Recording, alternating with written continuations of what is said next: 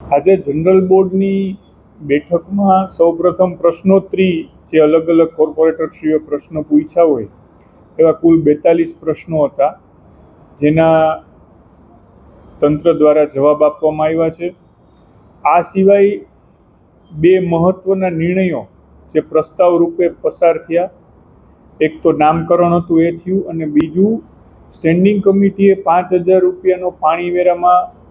વ્યાજમાં છૂટ આપી હતી અને 5,000 રૂપિયાની મિલકત વેરામાં વ્યાજમાં છૂટ આપી હતી. જનરલ બોર્ડે એમાં સુધારીને જેમની મુદ્દલ છે એનાથી વધારે વ્યાજ ન વસૂલવું એવો મહત્વનો લોકોને રાહત આપતો ઠરાવ પસાર કર્યો છે. સમજવા માટે કહું છું, ઉદાહરણ તરીકે કોઈનું બાકી વેરાનું બિલ છે એ 1 લાખ રૂપિયા હોય તો 1 લાખ રૂપિયા ઉપર મહત્તમ 1 લાખ સુધીનું જ વ્યાજ વસૂલ કરવું, આટલો બહુ મોટો મહત્વનો જેના જૂના માંગણા બાકી છે અને લોકોની મહદ અંશે ક્યાંક ને ક્યાંક એવી અમારા સુધી વાતો આવી હતી ફરિયાદ સ્વરૂપે અને રજૂઆત સ્વરૂપે કે કોર્પોરેશનને જૂના બિલ જનરેટ નથી કર્યા, અમને ક્યારેય કોઈ વખત માગ્યું નથી અને સીધું અત્યારે વ્યાજ સહિતનું બિલ દેવામાં આવ્યું છે,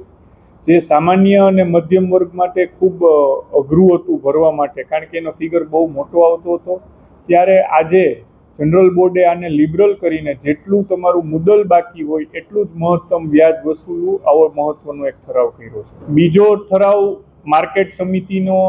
જે અમને મિનિટ્સ મોકલવામાં આવી હતી, જેને અધ્યક્ષ સ્થાનેથી અર્જન્ટ બિઝનેસ તરીકે સમાવવામાં આવ્યું હતું, એ હોકર્સ ઝોનની પોલિસી, એની એક ડ્રાફ્ટ પોલિસી આખી રાજકોટ કોર્પોરેશન દ્વારા બનાવવામાં આવી છે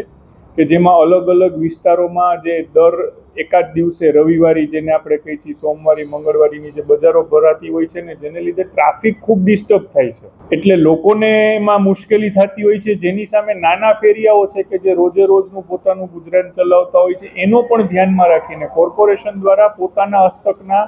ચારેય દિશામાં અને અલગ અલગ ઝોનમાં પ્લોટ આઈડેન્ટિફાઈ કરવામાં આવ્યા છે અને એની અંદર હવેથી આ બજારો ભરાશે. આ સિવાય રોડ ઉપર જે રેકડીઓની સમસ્યા હોય છે, જેના લીધે પણ ટ્રાફિક સમસ્યા બહુ મોટા અંશે સર્જાતી હોય છે, એ રોડને અમે આઈડેન્ટિફાઈ લગભગ 22-23 જેવા કર્યા છે અને લોકો પાસે સૂચનો માટે મૂક્યા છે કે આમાં વધારો કરવો છે કે ઘટાડો કરવો છે. એ રોડ આઈડેન્ટિફાઈ કર્યા છે કે જ્યાં હવેથી કડક ઝુંબેશ ચલાવવામાં આવશે ને એક પણ જાતની રેકડીઓને ઊભી રહેવા દેવામાં આવશે નહીં, અને એની સામે એમને હોકર ઝોનની નવી જગ્યાઓ પણ કોર્પોરેશન ફાળવશે. આ સિવાય જે ચકરડી નાના બાળકોને પેરેન્ટ્સ રિફ્રેશમેન્ટ માટે લઈ જતા હોય છે, એ પણ રાત્રે ગમે ત્યાં ઊભી રહેતી હોય છે. ખાસ કરીને રેસકોર્સ વિસ્તારમાં ચકરડીવાળાને પણ ગુજરાન ચલાવવાની મુશ્કેલી થતી હોય છે અને વીઆઈપી પ્લોટ છે એટલે એને હાલતા ખાલી કરાવવાનો હોય છે અને પછી આડેધડ રાજકોટમાં ક્યાંક એ થાય છે.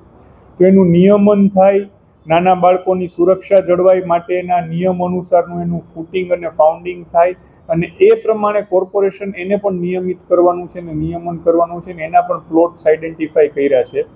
આમ બહુઆયામી રીતે રાજકોટમાં સર્વગ્રાહી રીતે કદાચ સર્વપ્રથમવાર કહી શકાય એવી પોલિસી મૂકી છે, અને તેમ છતાં પણ સર્વપ્રથમવાર છે એટલે લોકોના પણ સૂચનો આમાં આવકાર્ય છે, કારણ કે છેલ્લે એન્ડ યુઝર છે એ આપણી રાજકોટની જનતા છે, તો એ સૌથી સારી રીતે આપણને સજેસ્ટ કરી શકે કે આ કરાય ને આ ન કરાય. એના માટે લોકો માટે પણ આ પોલિસી ખુલ્લી મૂકવામાં આવી છે. કોર્પોરેશનની વેબસાઇટ ઉપર પણ આ મુકાશે, અને આપ સૌ મીડિયા કર્મીઓને પણ વિનંતી છે કે આ પોલિસીનો લોકોમાં બહોળો પ્રચાર થાય અને કંઈ સુધારા વધારાના અંતે તંત્રને પણ કંઈ સૂઝે તો આવતા જનરલ બોર્ડમાં અને ફાઇનલ મંજૂરી દેવામાં આવશે.